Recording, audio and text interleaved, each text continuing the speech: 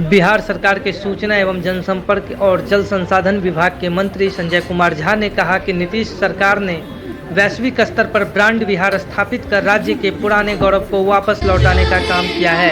एक तरफ मखाना व मधुबनी शिल्प समेत अन्य उत्पादों की मांग वैश्विक स्तर पर है, तो प्राचीन नालंदा विश्वविद्यालय पुनर्स्थापित होकर फिर से गुलजार है।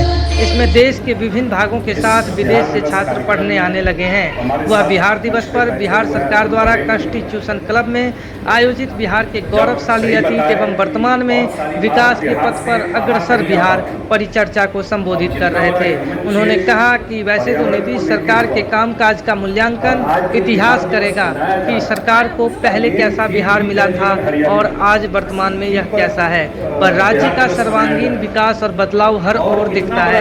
सड़कों से लेकर आधारभूत ढांचों का विकास, लड़कियों की शिक्षा, पर्यावरण, बाढ़ और सूखे की विषमता को पाटने के लिए परियोजना व कानून व्यवस्था समेत हर क्षेत्र में आमूलचूल बदलाव आया है।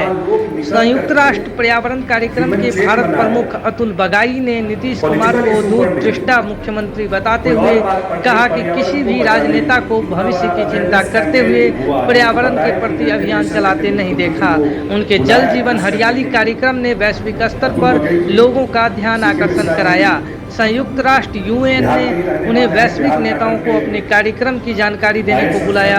बिहार देश का पहला ऐसा राज्य है जिसने कार्बन उत्सर्जन को कम करने की नीति बनाई। पूर्व केंद्रीय स्वास्थ्य सचिव सीके मिश्रा ने कहा कि राज्य में पिछले 15 सालों में बदलावों का बड़ा दौर देखा है। हमें कमियां निकालने की जगह उन अर्जित की उपलब्धियों की ओर देखना चाहिए। परिचर्चा को जेएनयू के associate professor doctor Amitabh Singh, शिक्षाविद आसिमा सिंह व वरिष्ठ पत्रकार डीके सिंह ने भी संबोधित किया। कार्यक्रम में लोक गायन व लोक कला की भी प्रस्तुति हुई। हमारे विभाग के जो डायरेक्टर हैं कमल तनु जी, कितने सारे पत्रकार साथी आए हुए हैं, अन्य लोग आए हुए हैं, मैं स्वागत करता हूँ शंभू शिखर जी, और मैं बिहार दिवस की शुभकामना भी देता हूँ। मैं सिर्फ 2-3 बात करके उसके बाद चाय का भी इंतजाम है। मैं 2-3 बात सिर्फ आपके बीच में करके मैं भी दिल्ली में पढ़ाई लिखाई की और हमारे साथी बता रहे थे अमिताभ जी, और बिहार दिवस तो ये कॉन्सेप्ट भी नहीं है। ये कॉन्सेप्ट भी आया 2010 में जब बिहार दिवस शुरू हुआ, और 2012 में जब 100 वर्ष बिहार का हुआ। 22 मार्च 1912 को बंगाल से अलग होकर बिहार बना, और 2012 में जब 100 वर्ष बिहार का हुआ, तो एक बहुत बड़ा कार्यक्रम हम लोगों ने किया था निरंकारी ग्राउंड में। निरंकारी ग्राउंड जो बुरारी में निरंकारी ग्राउंड जो अब प्रॉब्ली दिल्ली दरबार में वही लगा था, जो कोऑर्डिनेशन वगैरह हुआ था वो निरंकारी ग्राउंड में हुआ। और उस दिन मुख्यमंत्री जी भी आए थे, बड़ा प्रोग्राम हुआ था, और एक यहाँ हुआ था, एक मुंबई में जाकर के बिहार दिवस हम लोगों ने मनाया था।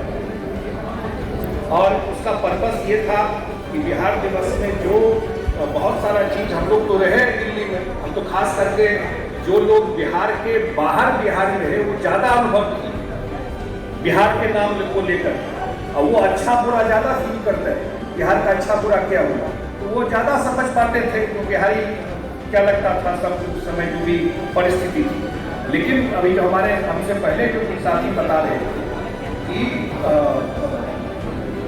कंपेयर करना पड़ेगा कहाँ से शुरू किए नीतीश कुमार।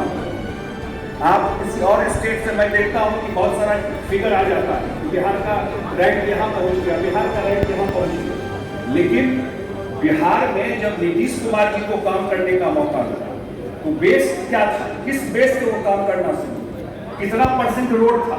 आज 24 घंटे बिजली की बात हो रही है, तो कितना देर बिजली आता है।